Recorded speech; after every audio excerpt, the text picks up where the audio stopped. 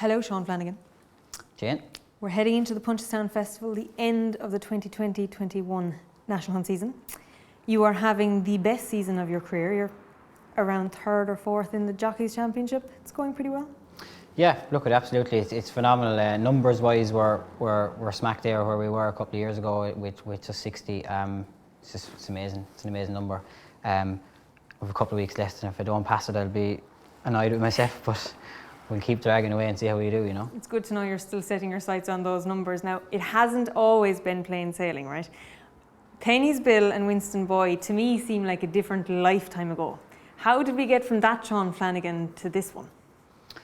I don't know, it was a different lifetime, you know. I suppose at the Penny's Bill and then we rolled into Winestone Boy, it all just happened so fast, and now, like, if you could wind back the clock, you know, if you could wind back the clock, you go back, and would there be things you'd do different? Absolutely, you know, you'd make a lot more solid connections, and you'd be making a lot more, you know, things, you'd remember things a lot more, I suppose.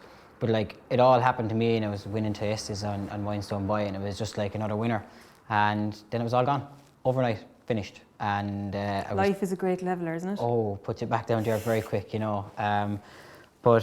But there's two sides to every sword. You can say that, you know, what if I go back, would I have done things different? But do I think it's made me a better rider and a better people's person now because of it? Absolutely. And I think if you don't get the downtimes and don't elaborate on them and use them for things going forward, then there's no point in having a downtime. How can you appreciate the big successes when you don't really, you know, when you know how hard they are to come by? Absolutely, yeah, you know, and that was it. Like, when I started out £7 claimer, it all happened. I turned to ride in the Pierce Hurdle in January. I'd only had maybe 30 pint rides, and I turned and I ended up finishing third in conditional tight that year with like 15 or 16 winners in half a season. And I come out the next season and I ride 25 maybe, and then the next season 20, and then the season after that 3. And that was literally off a cliff, you know. And obviously there was injuries, a couple of small injuries, nothing major, one injury, and then back maybe 3 or 4 weeks, and then another injury, and I've come back to Dusty's, and it was just like someone took all the horse to the yard when I was away, and that was literally the end of it, you know. Yeah, I remember you came into my dad's place and he put you up on a breaker, I think, and straight up across the concrete yard, and I was thinking, what is this professional jockey doing in our yard on this horse? And you ventured, you tried a few different avenues to get yourself back on track. How did you get to Noel Meads? What's that path? Yeah, well, I literally tried. I went with the motto, like, as I have a car and I will go anywhere for something that doesn't even have to be worth riding. It was a ride at that stage. You know, the winners thing was gone out the door, and I was going for fees to see if you could fall onto the horse that was the one that might take you to the place you needed to be, you know. And I ended up in doing a bit for Harry Kelly. I've obviously tried England first, and albeit I loved England, just couldn't break into it. I was in Evan Williams, and I'd done that for a couple of months, and then freelance for another couple of months, and I was there for 8 months, and I didn't ride a winner. So I've come back, given up for a while, gone back at it, and I got into Jimmy and Harry Kelly's, and started riding a few winners, like kind of back to the point where I'm riding 12 or 13 winners in a season, and Jimmy just said, here, look, like, we've got horses, but you need a nicer type of horse. And Davy Condon had unfortunately just sustained an injury at the time, and I just literally rang up Noel. I'd had one ride for him as a £7 claimer, and thankfully he forgot it because I fell off it in a handicap chase. So I just rang him Noel up. Doesn't hold grudges. No, absolutely. So I just called him up and asked him could I come in and ride out, and he said come on ahead. And I'd say I was there about 6 or 7 days, and Paul got injured. And good horses have followed since. That was a good piece of advice from Harry Kelly. So we rolled on to Cheltenham this year, and Jeff Kidder, 66-1, completely unconsidered by most in the Fred Winter. But what realistic expectations had you going into that race? Like, I'd won a maiden on him. He ran in the first juvenile hurdle of the year, Roscommon. I was injured, and or Dennis Regan had ridden him, and he'd ran a nice race, finishing second. His flat form was like okay, albeit quite low rated flat horse. And he'd taken to the jumping quite well. He won a maiden on heavy ground in Fairyhouse. And like, he's an unassuming type.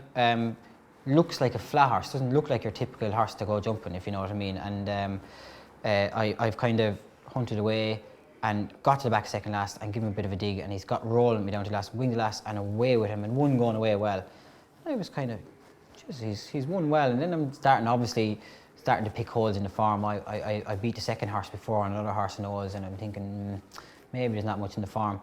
So then he's gone to Leopardstown after a bit of a break, and he's done the same. He's kind of run well without me thinking, you know. But then we've gone to Cheltenham and he's had a bit of a break and he's freshened up and he's got onto the bit of nicer ground. And Noel fancied him. Noel genuinely said to me a couple of days beforehand we were scoping him, and he said, look, I know you've only got 2 from me in Cheltenham, but I think we've got 2 chances here. And I was kind of thinking, okay, well, Fred Winter, knowing that it's probably the roughest race bar. Lottery. Yeah, bar the Champion Bumper, it's probably the roughest race you can go over there for. So I said, like, you know, it all needs to work out. And thankfully it did, yeah, it did. Like, I was behind the wall, and it was like galloping behind the Great Wall of China. Like, it was just... You were like Moses. Oh, just Open parked. up. I was there, well, I'm not going out there, so I have to just take my chance and see what happens. And it wasn't actually until I made a bad mistake at the fourth last, and I'm kind of thinking, look, my chance is gone. There's a wall of horses here, like, I need a miracle to get through and get going. And it wasn't until I got to the butt of the hill, rising around the bend to the last, that I actually realised that I was kind of as close as I was, and it just opened, and he took off. He just stayed really, really well, and obviously the change in ground was a big help to him. So that was your first Cheltenham winner.